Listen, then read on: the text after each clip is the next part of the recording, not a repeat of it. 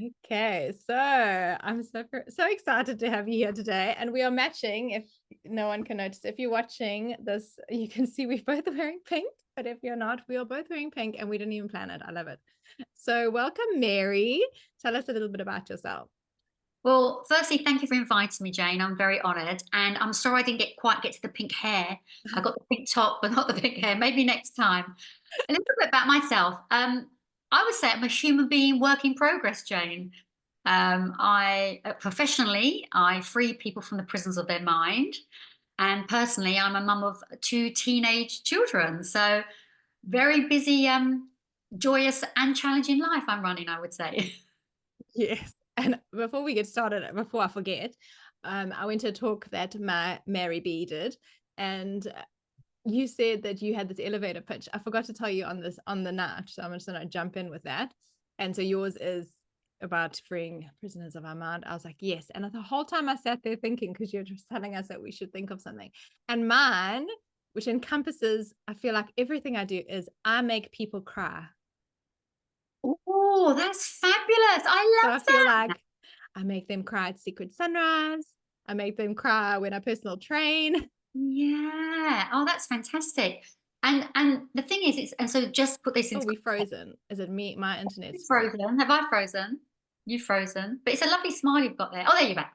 So, but to put this in context for your listeners, the session I did was about people doing something like an elevator pitch, which evoked a question from the person who you were saying what your job role was. So rather than saying I'm a CFO or I'm a coach, what is it that you actually do that could evoke a question? Oh gosh, Ah, it just turned off and then turned on again. Mercury is in retrograde.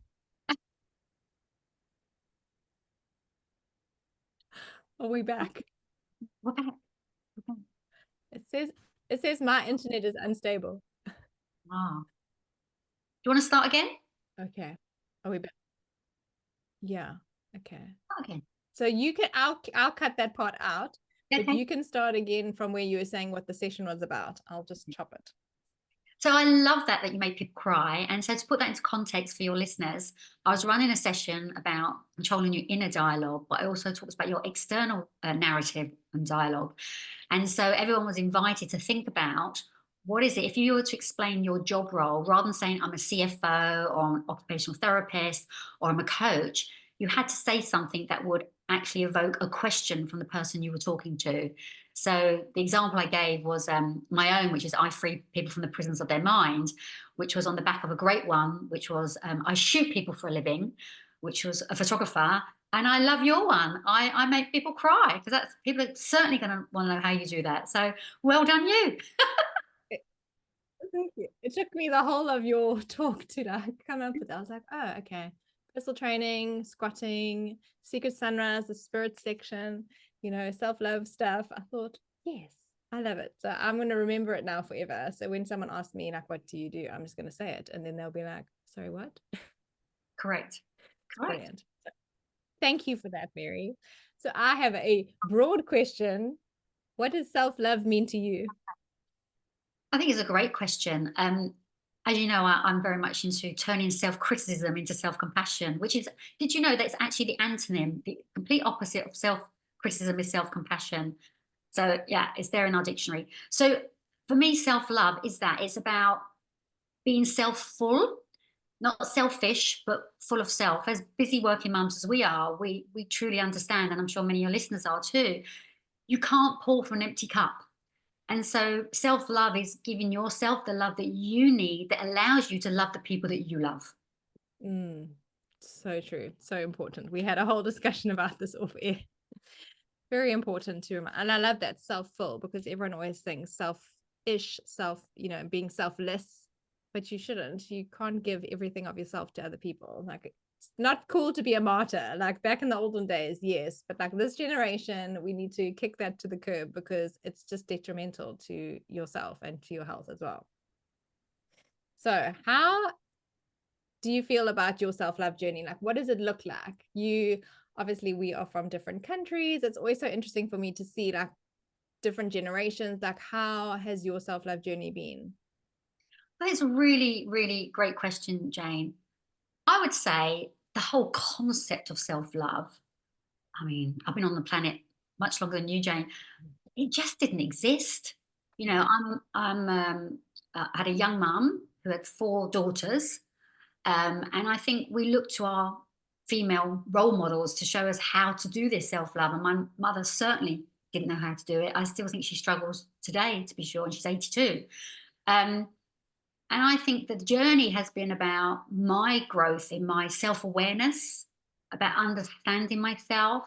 And I suppose that really started to kick in around 1999. I had already been trained as a coach by then because I worked in Barclays Bank, and they understood the power of coaching in leadership. And I was a leader within Barclays in London at that time. So I was lucky enough to be trained by Sir John Whitmore, who was the founder of the Grow coaching model, which I loved. It was like, this is my calling. I love coaching. But I realized that the Grow coaching model, although it's a great model that I still use today, was surface scratching. And then I was introduced to the world of neuro-linguistic programming, which is really about how your brain works, why you do what you do, and how you can change your programming that you've been given, or the condition you've been given as a child growing up. And I suppose that's when my self-awareness really grew, and I started to understand there's a different way of living, a different way of being. And it's grown from there, really. So maybe I was a late starter. I was in my 30s by then, but I certainly am very good at it now. So I think, like you, I don't even think that's a late start. I think if you look at the times and where we are today, if you were that age now in like the 2000s, the late 2000s, 2020s, then it's on time. But I feel like back then you were before your time. Like coaching and everything hadn't really taken off like it has in the last, say, 10 years. So I feel like that was actually, you were ahead of the game back then. Yeah, maybe I hear what you're saying. It's really interesting because, as we know, there's a lot of coaches out there.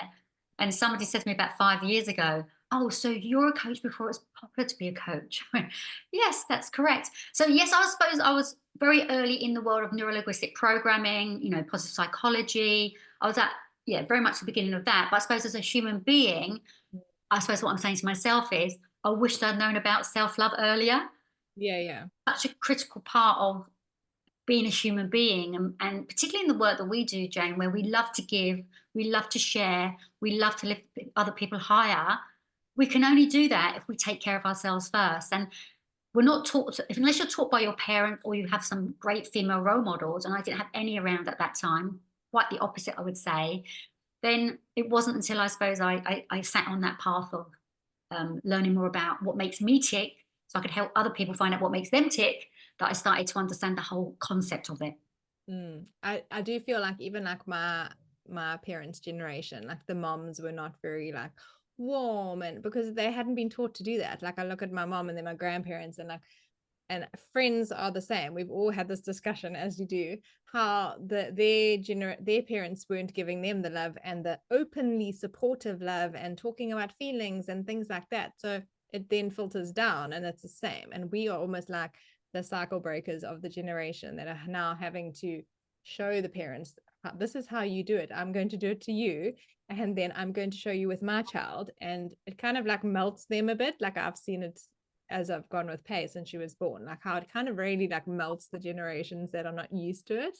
They're like touchy feely, like saying I love you and all that kind of stuff. So if you can't say it to your child or to other people, how are you going to say it to yourself? But I think you picked on a very important point there. Historically, we were in survival mode. We didn't have washing machines, we didn't have dishwashers, we didn't have, some sort of different type of ovens, etc. The women have only been working and out in the working field really properly, whatever properly means, since the 1970s, and then it was for pin money. I mean, when I started work, I laugh out loud. I say this: when I started working Barclays Bank, not probably about 5 years before me, if I'd have started work and if I'd have got married, I'd had to leave my job. I mean, that's how recent it was, and I couldn't get a mortgage unless I was married. I could get a mortgage in my 20s if I was married, but I had to wait to 24 if I was a single woman. So I think we forget, people were brought up to be very stoic. It was about survival. It wasn't about showing your feelings. So I think what you're saying, you're melting the generations, is a beautiful, beautiful way of pushing it, because you're demonstrating how they probably want it to be, but again, they didn't know how. Wow, that's so interesting. I haven't spoken to someone who's literally been in it and realized how recent this all is, women's rights and everything. If you think about it, it's actually blows my mind. Crazy. Okay, so how was your school experience? Like we see like all the bullying in school now, we hear about it here. It's everywhere. I mean, you wouldn't even think in little old Portugal, but it is literally in every school because I suppose there are kids that are not loving themselves, that have not got the best examples around them, different cultures, different backgrounds. So, how was your school experience? Did you get bullied? You were definitely not the bullier. They say I was listening to a podcast and they were saying, if like she was saying how her child got really bullied, and then she said, but I'm glad she got bullied because if you're not the bully, you can sometimes be the bully. If you're not getting bullied, you are the bully. And she would hate to have her child be the bully because knowing that your child is being unkind to other people really hurts her heart. So that was an interesting take for me as well. Like if you're not being bullied, and which is terrible, obviously, but your child could be the bully, and then having to deal with that is a whole different ball game. I mean, obviously my school days are a long time ago, Jane. I was brought up with three sisters, so you learn to be quite resilient. It is about survival when you've got three sisters and we're quite close together. So and so we are great teasers. We're really into banter. We're Irish families, so we've got a great sense of humour. So you couldn't really take yourself too seriously in my family because you'd just be ridiculed. So I think that actually was a good grounding for me within school, for sure. I think I want to be careful how I couch this really. I think the word bully is a bit overused sometimes now. Someone says one thing to you which isn't kind, which doesn't mean you're being bullied. People are just being horrible because some people are being horrible. One thing I've always said to my children, feel sorry for people who are bullies because they don't like themselves. It's never about you, it's always about the bully. And I was listening to another great conversation yesterday. You know, boys, I'm going to generalize here, but boys bully maybe in one way and girls bully in a different way. But if you look at boys, they're not getting a chance to climb trees and run and use their bodies how they're supposed to. And so some of that emotion gets pent up and they lash out. So there's physical bullying, there's verbal bullying. I definitely had fell out with some of my friends at school. If I look back now, that could be classified as being bullies, but it wasn't really a word that was so prevalent as it is today. So I think we've got to be careful. I think, as you know, my children are Asian and because they're adopted, and my husband and I are Caucasian. So we're aware of this racial discrimination, but we have fun about that within our own family unit because it's never about that really. It's always about the person. So yes, it's there. Yes, it needs to be dealt with quickly, but I think the word is overused and sometimes used too quickly in certain circumstances, from my experience. Yes, that is true. It just gets thrown out there instead of that child is having a bad day and they were lashing out at the other child, or, just because someone doesn't like someone doesn't mean that they're bullying them unless they are actually physically or emotionally day in, day out, and it is actually disrupting their life. Good point, Mary B. Love that. I have moving on from that, straight from that segue from your children. How has becoming a mom changed you? And I just want to say to people who aren't watching this woman is unbelievable. Like she is the most magnetic person that I've ever met. I love MaryB. I told someone at a talk the other night when I arrived. She's like, "Oh, how did you hear?" I was like, "No, no, no. I'm here for MaryB. I'm here because she's talking. I love your organization, but I'm here for her. It's the MaryB." She's like, "Wow, this is the most people we've had. We didn't expect so many people." I'm like, "This is the MaryB effect." But if you look at her face, she's like so hypnotic. But you posted on your timeline, on your Instagram, like your live timeline the other day. Like, let me tell you, I think I was shocked. First of all, I was shocked because I honestly pegged you at 10 years younger than you are. Thank you very So, much. so I'm gonna need that skincare routine because I was like, I thought it was a typo. I was like, there's ways. But this woman is 60. I was like, she must be like 50. Like, there's no way. So I almost fell on the floor. Okay. And then second of all, like I was amazed that you'd been through so much. And the way that you wrote it was so beautiful because you were like, just doing the timeline of your life and how when you got married and then like when you got divorced and then and fertility and things. And it was also so interesting about the fertility because I think because IVF and everything is so prevalent now and we all know someone who's going through it, but if you were going through that then it wasn't really such a popular topic to talk about. So yeah, you've been through a lot. And can you touch on your timeline and just your skincare Wow. routine, I Well, feel like firstly, Jane, thank you for your gracious, very gracious feedback. And I have to tell you, at that event that you're talking about, and you came up to me, and I mean, you supercharge people, Jane. You supercharge people, and you came up to me and you went, "Oh, I'm so excited to hear you speak. I can't wait for you to go up on stage." And it was so heartwarming. It really, really filled my heart. So thank you so much for that. I really appreciate that. So oh God, where do I start? I mean, I've been through, like many people, you know, it's my honest life's journey. Everyone has ups and downs. And I just got to a stage where, yeah, I turned 60 in August this year. And I'm really proud of that. I'm really happy, as I say, because it's better than the alternative. And I think it's something to be celebrated and shared. Um, and I'm excited about my next 40 years for sure. But I can only go forward with my next 40 years with the beautiful lessons I've learned along the way, which some of them were horrible. They were horrible lessons. I didn't want those lessons. And it's interesting, you talk about the infertility journey. At that time, you know, I didn't talk about it. Nobody knew. Nobody knew what we were going through, and which caused issues in itself, knowing what we know now. But it wasn't something we talked about. And it actually took me 18 years to become a mother. Yeah. So when they talk about resilience, determination, and trusting in the universe, I can honestly say that's exactly what I did. And it was a lot of, as anybody going through, and I feel for you, my heart goes for you, anyone going through any of these challenges at the moment or gone through them, you know what it's like, whether that's miscarriaging, you know, children dying, not being able to fall pregnant, infertility failure, all of that. It's a big journey, not just physically, but it's the emotional journey that just wasn't spoken about at that time. And in fact, one time I went to Harley Street in London, and this is like maybe the fifth attempt, and each one takes its toll. And I remember we'd done a bit more research and we'd read an article that said there was some correlation between people that have a lot of fertility treatments because of your stimulating, you know, your body or overstimulating, that there was a link between that and ovarian cancer. And we know that ovarian cancer is a silent killer.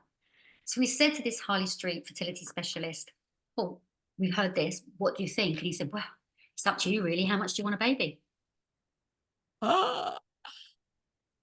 What? We just like that and walked out. So yeah, so it was a big journey. But you know, I actually had a conversation all about this journey with Dr. Margie Worrell on her podcast, PhD, who's in our field too. And I think what it determines is faith and trust. Faith and trust. I wanted to be a mother for sure. I think it's part of the reason why I love my role so much because I'm so nurturing. I love nurturing people. And oh, I got emotional. And it was a gift that we ended up in Singapore when we surrendered and said, right, we're in Sweden. Backtrack. So we're in Sweden and we're on the first ever English speaking adoption course in Sweden, which there was 5 couples on this course. And it was very rigorous in Sweden. Like, you know, it was like a 2-year sort of assessments, blood tests, all these things you don't have to do when you're biological parents. We had to do extra hurdles, references, all of this stuff, financials, more and more injections. And it was only valid for 2 years. And you had to, you know, re-engage it every 2 years. And anyway, because of the situation in Sweden, we were looking overseas to adopt a child because there's not many children available for adoption in Sweden because of their good social system. And anyway, the country we were on the list for were like 158th couple, year later, 157th couple. And I got to a stage and I turned around and said to my husband, my second husband at this time, and said, you know, we're putting our life on hold. I don't want to do that. I've done it before. I don't want to do that. Let's not, we need to leave Sweden. Let's find, we need to move on. So I started packing. He goes, well, where are we going? I said, I don't know, but I get a sense we're moving somewhere. 8 weeks later, he got a call to come and work in Singapore. And we said yes immediately. We left Sweden, arrived in Singapore in January 2010. Knew nothing about the adoption process system there because I sort of like surrendered, like maybe it's not meant to be. Maybe my path is a different path of being a mother. And coincidentally, 9 months later, I got my Ruby. No ways. And then 13 and a half months later, I got my Zach. I have goosebumps. Yeah. Yeah. So the power of desire, ask, believe, surrender, receive. Wow. I didn't know it was going to take me 18 years. However, I have to say, everything does happen at the right time, even though we don't want to believe that. And I totally believe, as you know, coming from South Africa, in Singapore, having someone to help you when you've got young children is much more affordable than other parts of the world. And knowing how I love my lifestyle and I love working and doing what I do, the universe said, Mary, we know you're going to be a great mum. We also know you'll probably need some help on the domestic side because that's not an area of your strength. And in fact, it's not an area you really want to have as one of your strengths. So we're going to wait until we get two beautiful children for you and be able to have affordable housekeeper too. And that's why. Amazing. That's incredible. And it's such a long journey, but then when it was in motion at the right time, it was so fast. Exactly. Like literally bang, bang. Yeah. That's Yeah. insane. So I'm ever so grateful. It's grateful. And that's why Singapore is always going to be my heartland, my heart home, because both my parents were born there. And is it the same housekeeper that has come here now? Yes. Oh, so she's back with her babies too. Correct. And you're like, yes. Thank you for my lifestyle. For sure. So how has becoming a mother changed you? I suppose everything that you've been through has created such a resilience within you and a belief in a higher power and the timing and faith and trust and all those things. Yeah. I think professionally, if I talk about that first, because I was a designated career woman by then, because didn't plan out that way, but I had my own business, I was working. And so my identity was very much about being, a founder, owner, a coach, trainer. And then you become a mother. And then I obviously put my business on hold while the babies were little. And you learn quickly that you don't know who you are anymore because your identity has shifted. And so I found that quite a big challenge for sure. And the other thing, my values shifted, whereas before my values around work were achievement, success, getting results, my value shifted to my number one value as a working mum is flexibility. What can I do so I'm there for my children? So I think from a psychological and professional point of view, it was a whole identity and value shift, which again, I wish more mums knew about it because you go into this no man's land and go, well, who am I now? You go to a dinner party and you don't know how to explain who you are anymore because if you say you're a mum, people tend to go and talk to the person on the other side, in certain circles. So I think that's what's happened. And I've learned so much from my children, constantly learning, particularly now they're teenagers. They love giving me feedback. They're very good at giving me feedback. I'm the cringe positive boho mum that they call me.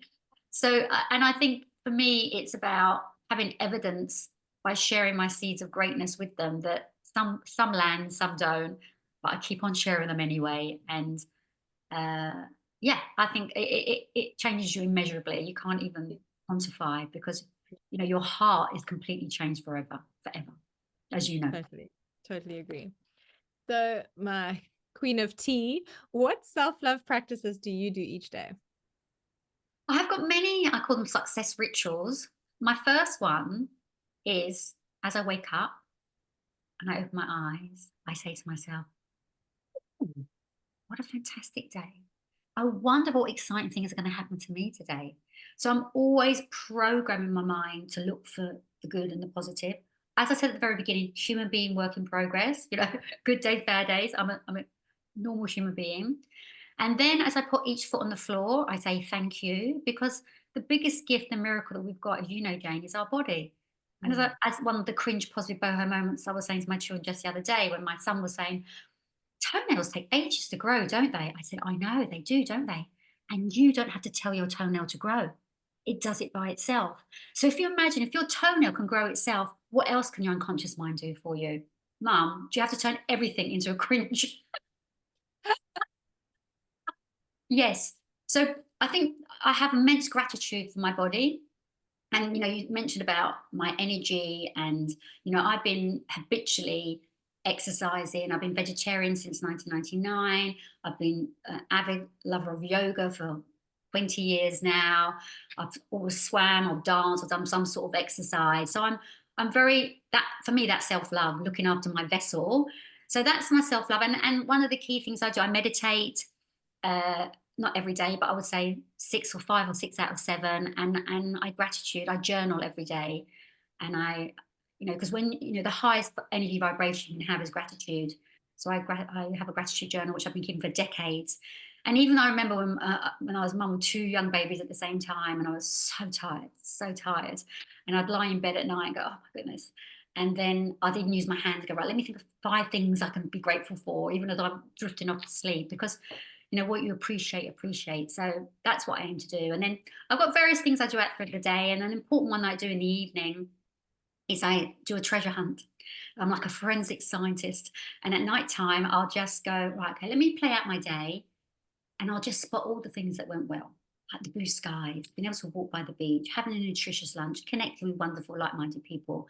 And just so I'm going into that unconscious mind sleep with good things in my mind to, you know, lull me into sleep. So I would say there's that's just like morning and evening sort of stuff, and lots of stuff sort of during the day that because what you focus on is what you find, and energy flows or attention goes. So I'm always proactively looking to focus my energy on things that are working well, because then more things work well. Love that. And just to the listeners, notice that she didn't say that she was scrolling social media before she closed her eyes. Something I've been preaching for since 2019, 2018. Like, starting your day on social media is the biggest no-no, and ending your day on the social media is the biggest no-no.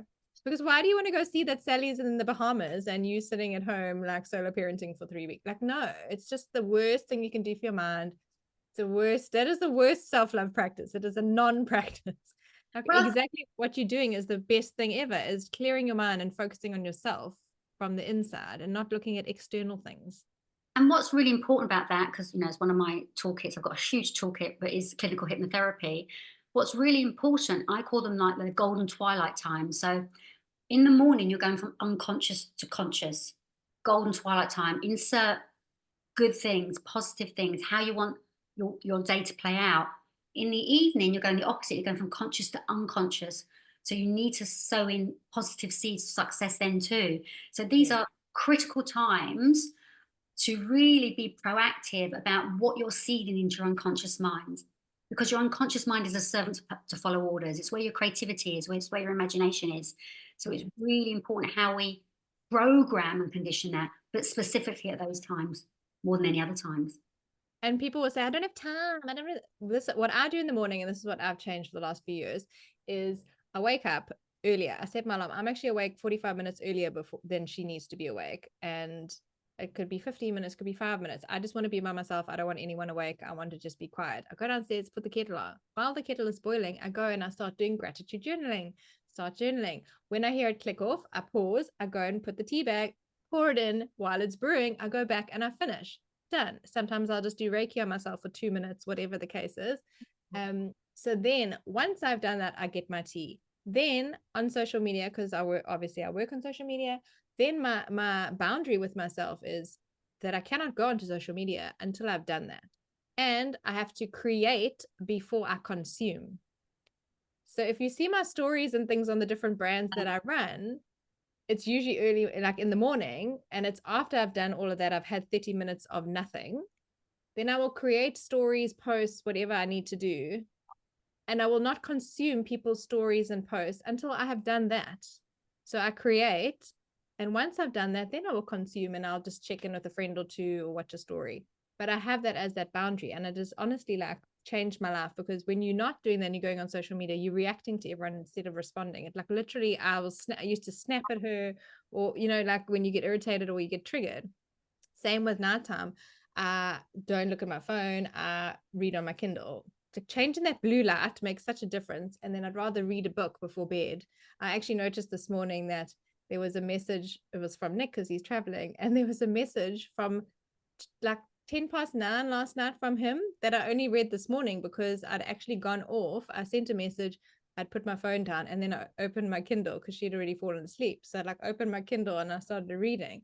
So I didn't even see messages from like 9 o'clock last night. I only saw it this morning because I turned it off and I was focusing on reading so that my mind can also like, just like a little debrief, coming back down, calming down. So it makes such a difference how you start your day and how you end it. And we are the only ones who can control that. So when people say they don't have time, I'm like, it's like 5 minutes or even 30 seconds listing things from your day. Like there is no excuse. What I think you've done there, which is very, really clever from a psychological point of view, is you've put yourself, like you've given yourself a boundary. It's almost like you've given yourself, I don't know if they had it in South Africa, but like the ready brick glow, you've given yourself this glow around your body, which is then going to protect you. So you've done a protective boundary so that you're in a great space. When you're in a great space, then you can come out into the world. But I love that about creating for consumer, because what you're also doing then is using your thoughts, your imagination, your creativity, and you're not comparing what X, Y, and Z have done. It's coming from your heart space, which is where you operate from, and your soul space. So it's a very, very healthy setup that you've done there. And also at the evening, yeah, reading the books. I mean, I'm like you, as you know, avid reader. Because it's, changing your thinking is so critical to how you feel and how you behave, and then the results that you get, as you know. So I love that. I think I would call that social media boundary prepping. Yes, Nice. it's so easy to like not focus on that and to just scroll mindlessly. But yeah, it took me a long time. And once I implemented it, I'm like, I'm not allowed to do it until I journal, because everyone said, oh, I don't want to journal. Oh, when you set a boundary, you will do it. Where I had a treadmill when I got pregnant. I bought a treadmill because I didn't want to walk on the road anymore. And I said I was only allowed to watch Netflix on the treadmill. You see how fast I got on that treadmill. Right. So you give yourself rules and then permission.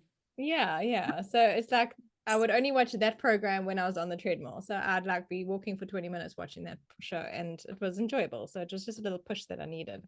But also, Jane, what you demonstrate is great self-awareness. Because this, when you look at emotional intelligence, the first stage is self-awareness. But what you've done as well is put in self-regulation. And that's sometimes the hardest bit. Well, first is people having self-awareness, number one. So lots of people haven't. You're aware I'm doing something that I don't want to be doing, for example, like scrolling. But then you put the self-regulation in, and once you start to put self-regulation in, that's when you start to do the habit changing. So, and we were saying off air, we were saying it's, having the awareness, like so many people don't have self-awareness around anything, whether it's self-care or self-love or what. It's so hard, but once you have it, it's like when someone shows you a picture and they say, oh, so-and-so looks like so-and-so, and you're like, oh, I can't unsee that now. Once you see something within yourself and you notice, you will point it out in other people, whether it's the words that you're using, degrading yourself, or, some negative self-talk. If someone starts doing it themselves, you're like, you shouldn't be saying that. You should say this instead. Like you can't unsee it once you have the self-awareness. So it's important to try and find the self-awareness. But what's really interesting about that, and I found this from clients, and as we're all human beings, and when with comes self-awareness, does come that responsibility. Yeah. And people go, I wish I didn't know this, Mary, because now I know it. I know I'm doing it, and that's made it worse. And so there's that certain of that, because like you say, you can't unknow it. What you can control is a choice of whether you want to do something about that or not then. And if you're going to work with me, and I work, as you know, with high achievers, they want to do the work. But it's like, oh, I wish I didn't know this, because then I could ignore it. I say people like to live in blamability rather than take responsibility. But when you win, you have to take the responsibility. But we like to be in blamability because then we don't have to do anything. So funny you said that. Like I don't know, like some trips I don't really use like a travel agent or something, but sometimes I'm like, it happened once where I was like, oh no, I want her to do the visa or something, because then if something happens, I have someone to blame. Correct. Yeah. Oh my gosh. So speaking of your clients, we did touch on it earlier about how you started with Barclays and that you got into coaching via that. So what led you to becoming the coach? Was it so it was obviously in part of your job, then they said, we need this coaching and we want you to do it, obviously because you are MaryB and you're magnetic MaryB. There we go. Magnetic MaryB. So did you, when you went into the coaching back then, and not like you're ancient, but you know what I mean? Did you get support like around you, or I feel like it was such a new thing then? And when you were coaching the people at work, this is a question I had when you did your talk in my head, like that was mostly male. You were saying like it's a mostly male, and then from there you went into, was it automotive? Yeah, BMW, yeah. And so that was obviously back then, especially even now, it's still mostly a male dominated thing. But when you were having to coach these men, so we're taking it to the man side, were they resistant and looking at you like, what is this dolly bird gonna tell me? Or how did you Yeah. find support, or was it very difficult in the beginning? I think if I look back from my days in Barclays when I started on the coaching um, journey, I suppose I would call it that. Certainly, it still is a journey for sure. It was something that, as I was a leader at the time, that I was invited to go and do this pioneering. I've always had pioneering roles, which I actually love doing pioneering roles because you can't get it wrong. Because no one's done it before you. I'll do that pioneering role because you can't compare me to anybody else. So, so, and so coaching became a big thing so I was out in the network in the front line, and then I got so good at it. I got promoted, so I was in a regional coach, and then training other people to be coaches. But I have to say, it came with at that time, and I've learned the lessons along the way. That stigma is because people would say, use this question all the time, and it got overused. And how does that make you feel? Yeah. How does that make you feel? Which people are like, I don't want to feel. I'm in a work. I don't want to tell you how I'm feeling. Can we just get through this, whatever it is? So I learned a lot along the way. I also learned, which is a great learning. Again, all our learnings aren't always nice, but we're learning that some corporates, when I had my own business, some corporates would employ me to come in and coach their staff. But I found out I was used as a last resort. So basically, this person that hadn't been performance managed correctly, and they went, the employers could check that done due diligence, would go, and we even brought in a coach and she couldn't even help him. So it was used as negatively. Whereas I think not everywhere in the world, I think there's some still resistance to coaching that you're seen as you're not performing, that's why you've got a coach. Whereas actually what we know is if you're a top performer, you absolutely have a coach because it just amplifies, magnifies, intensifies your greatness. So I would say the resistance was not necessarily because I was a female. I think it was just the coaching wasn't known about at that time. Now, as I say, everyone's a coach. You can get a coach for everything, a menopause coach, a interior design coach. I mean, there's a coach is much, in fact, probably gone the other end of the spectrum, gone overused. So, and yeah, actually, I mean, I work with males and females, and I think men really enjoy having an independent female who isn't their wife, their mum, or their sister that they can actually offload to in full confidence. And I've helped many a marriage actually where they're thinking, I just don't understand why she would say this way it is. And I go, well, as a female, maybe this is offering different perspectives. So I think you offer a lot of value by being a different gender because you are obviously coming from a different perspective. But I have a lot of male clients too, which I have a lot of fun with. And yeah, I have never had any challenges that they've been male. That's not been the challenge. The challenge where my coaching was being, in my words, abused by using me as a vehicle to move people out of the business when actually it was the fact they hadn't been performance managed correctly, and performance management and coaching separate. Do you enjoy the coaching now more when you are one-on-one with people?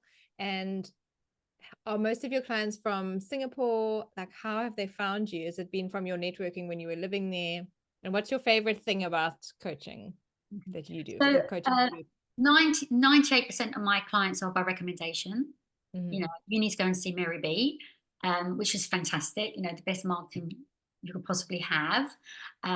It's global, so I work with people all around the world because they've been introduced to me. And the great benefit of working globally is I've worked with almost every culture, around the world, and understanding, because what's culture is just a set of belief systems and values, and understanding that and sharing that. That's been amazing. I'm actually moving more away from the one-to-one coaching because of my next 40 years, to share my wisdom, that I'm actually going to be doing much more masterclasses, workshops, events, keynote speaking, so I can share my wisdom and my learnings with as many people as possible. That's, I'm here to serve others more. And as much as I will do one-to-ones, but they'll be exclusive and limited, it's much more about spreading my wisdom through different vehicles now, so I can touch and exactly that, release more people from the prisons of their minds, for sure. Yeah.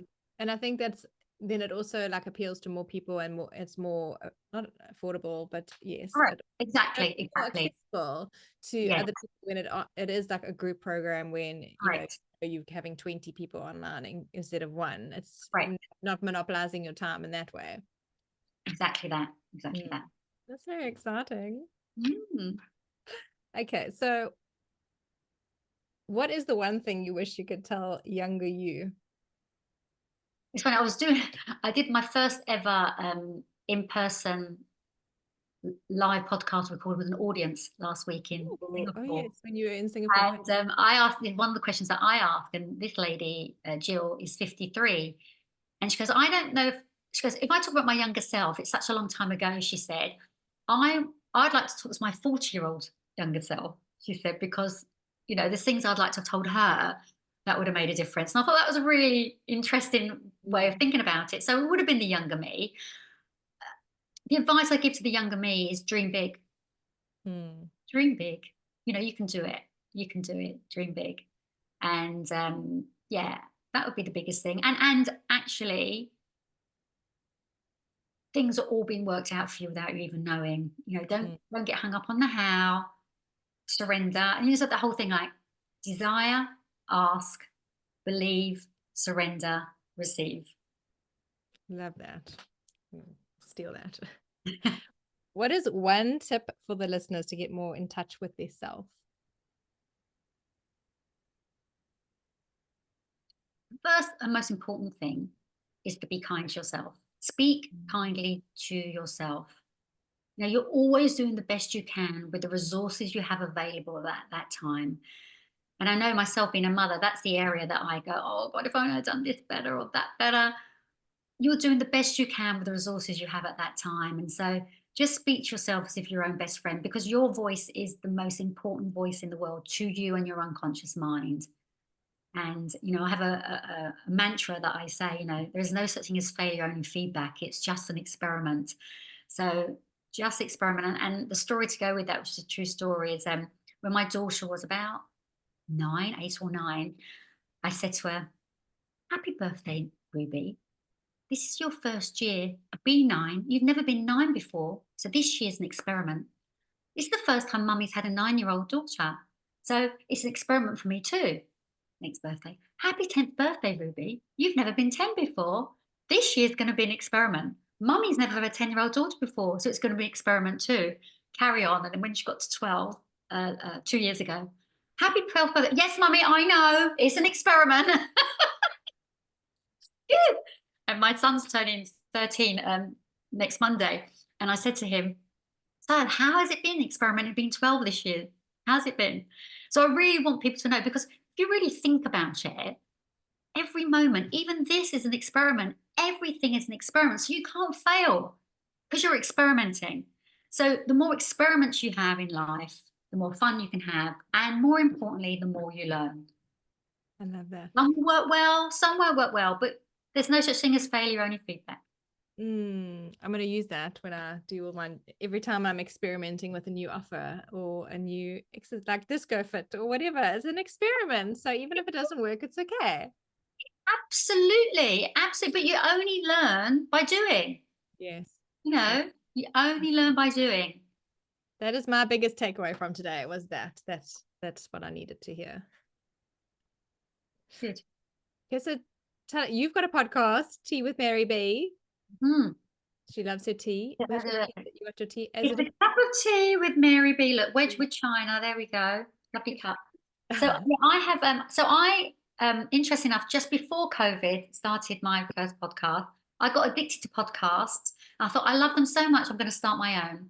So I started that, a cup of tea with MaryB, where I have conversations with ordinary people achieving extraordinary things. So I'm only up to episode 40. I'm just going to release episode 40 on the 2nd of December, which is a two-parter, which was this live in-person audience in Singapore with a client of mine who navigated her life's crossroads with myself as a coach. And she was a brand manager, an MD of a brand management company. And she's now transitioned into being an entrepreneur of Flourish, which is a beautiful interior decor environment and sustainably sourced and beautiful items. And we share her story on the podcast, the highs, the lows, and the learnings along the way, and what was the advantage of having myself as a coach on that journey to help her succeed to where she is today. Oh, I can't wait. That Yeah. sounds fabulous. I did see your stories and you're all zhuzh and dressed up and as always. I can't wait to listen to that. So where can everyone find you, especially since you're going to be, doing all these masterclasses and these group offers and things like that? So you can find me on Instagram, Facebook, and LinkedIn as Mary Barrett Global. Because I'm Mary Barrett and I work globally. And my podcast is on all the normal, Spotify, Apple, etc. Buzzsprout, isn't it? Buzzsprout. It's all available there. Or email me at mary@marybarrett.global if you've got any questions. I want to join my tribe. Please, Yeah. I really invite you. It's free. Join my tribe, and any offers, any workshops, masterclasses that are going to come out. In February, around February, because soon to firm the dates, I'm going to be, I think you'll really enjoy this, Jane. I'm going to be running a 10-week I Can Do It course program. Ooh. And it's going to be sharing 10 MaryB's top tips of living your best life to achieve what you want to achieve. And they're just going to be an hour long. You're going to come along, meet like-minded people, and find different ways of approaching life. Love it. Sounds fabulous. Like freeing your mind. Correct. I can imagine all the positive things that we're going to learn. That is so exciting. Well, thank you for making the time to be here today and for getting back to me so quickly. I love it. We were like, when I'm back from Singapore, and then she messaged me. Usually I'm the follower upper, and she was like, so thank you for being here today. I love it. We said earlier we could literally talk for hours, so that's why we have to cap it now. Otherwise we'll be here for like a 3-hour episode.